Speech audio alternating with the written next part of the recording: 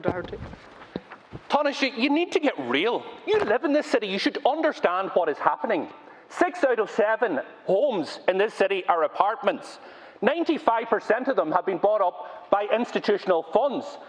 They're able to do that because you and your government and your time as Taoiseach introduced sweetheart deals that the sky-high rents of $2,500 that they charge ordinary hard-pressed families go tax-free.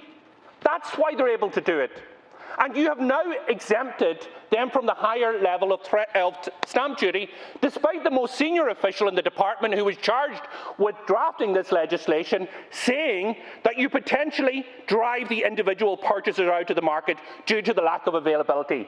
So this is eyes wide open stuff, Taoiseach. You and your party are deliberately locking out individuals from home ownership in relation to apartments. So the opportunity that you had will not be available to people in Dublin at this point in time because the investors are snapping them up. I give another example of 3 sites across Dublin, 400 homes, not one of them coming on the market, and you will see more and more and more of that. And to make things worse, in terms of houses, you're going to bring in an exemption that will allow for these funds to snap up entire houses and to rent them back to local authorities, which the Taoiseach rightly says is terrible value for money and shouldn't be happening. So square this for me. Otherwise, the only reason I can have and understand is you are in the pockets of the investment funds and you will continue to put their interests above the interests of homeowners. You continue to go over time.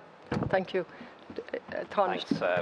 Thanks, Deputy. And that's incredible. I want to apologise to you for having to endure that display, for you having to ring your bell, for you being shouted over and shouted down by Deputy Doherty again.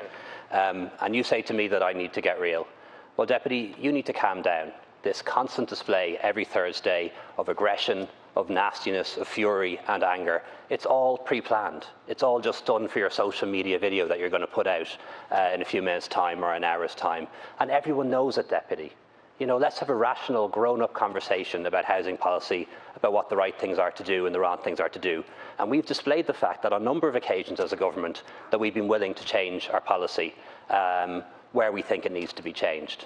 That's why we changed the law in relation to stamp duty to stop investment funds buying up houses and housing estates in the way they were. It's why we're now changing the law to bring in rent controls so that people living in rent pressure zones will see their rent increases linked to CPI.